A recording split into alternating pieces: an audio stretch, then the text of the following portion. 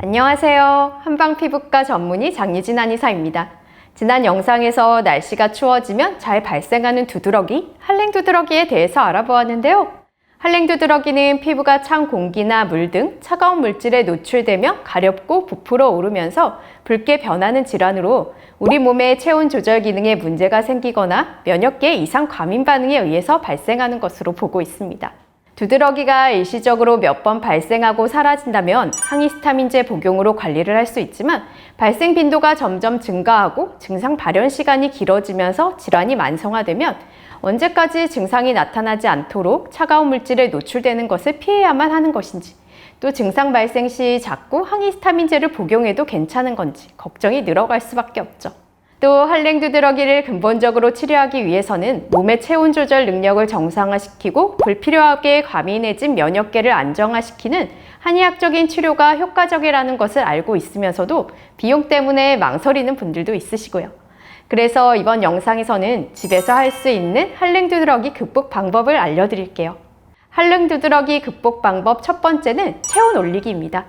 한랭두드러기 환자분들을 진료해보면 공통적으로 가지고 계신 특징이 있는데요.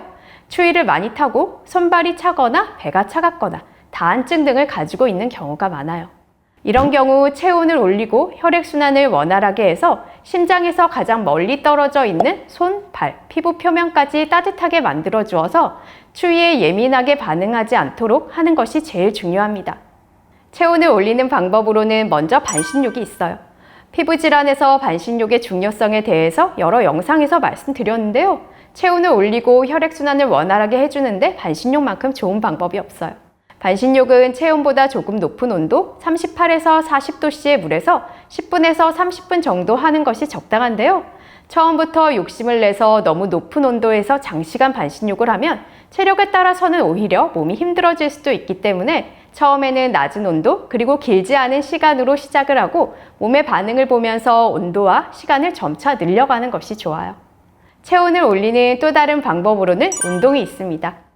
운동을 하면 신진대사가 활발해지고 혈액순환도 원활해져서 체온을 올리는 데 도움이 되는데요.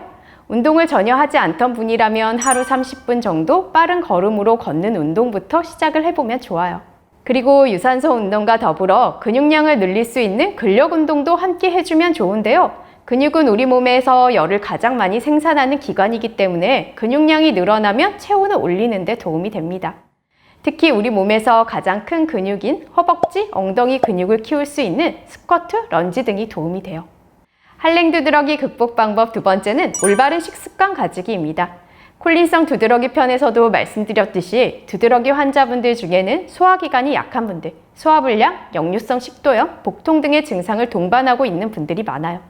실제로 한의학에서는 소화가 잘 되지 않은 음식물이 우리 몸에 노폐물로 쌓이게 되고 피부로 증상이 나타나서 두드러기의 원인이 되는 것으로 보고 있어요.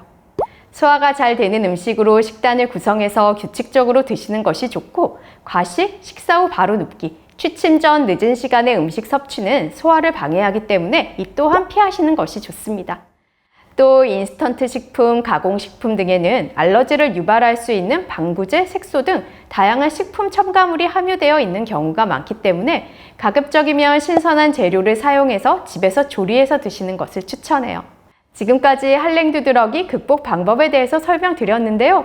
체온 올리기와 올바른 식습관 가지기는 한랭두드러기 치료에서 굉장히 중요한 부분입니다. 실제로 아무리 좋은 한약으로 치료를 한다고 해도 이 두 가지가 동반되지 않으면 치료 기간도 길어지고 또 증상이 호전되더라도 재발하기가 쉽습니다. 그만큼 한랭두드러기 극복에서 이 부분이 중요하니까 한랭두드러기로 고생하고 계신다면 꼭 실천해 보셨으면 좋겠어요. 마지막으로 한랭두드러기가 발생하지 않도록 예방할 수 있는 생활 속 관리 방법에 대해서 간단하게 알려드릴게요.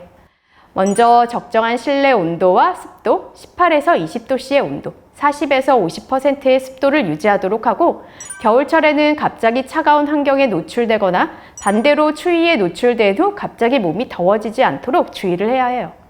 외출 시에는 장갑, 목도리 등을 착용하고 특히 손과 발이 차가워지지 않도록 손을 비비거나 핫팩 등을 사용해서 온도를 높이는 것도 좋은 방법이 될 수 있어요. 또 추위에 노출이 되었다면 갑자기 더운 실내로 들어가는 것은 피하고 몸이 온도 변화에 적응할 시간을 주는 것이 좋습니다. 겨울뿐만 아니라 여름철에도 한랭두드러기가 발생할 수 있는데요. 여름철에는 지나친 냉방에 의해서 한랭두드러기가 발생할 수 있기 때문에 얇은 긴팔옷을 준비해서 온도 변화에 대비를 하는 것이 좋아요. 또 더운 여름이라도 차가운 물로 하는 샤워는 피하는 것이 좋습니다. 두드러기가 발생했을 때마다 약을 먹거나 추위를 피하는 방법으로 한랭두드러기를 관리하고 계시는 분들 많으실 것 같은데요. 이번 영상에서 알려드린 방법 잘 실천하셔서 한랭두드러기 극복에 도움 받으셨으면 좋겠습니다. 영상에 관해 궁금한 점 있으시면 댓글로 남겨주세요.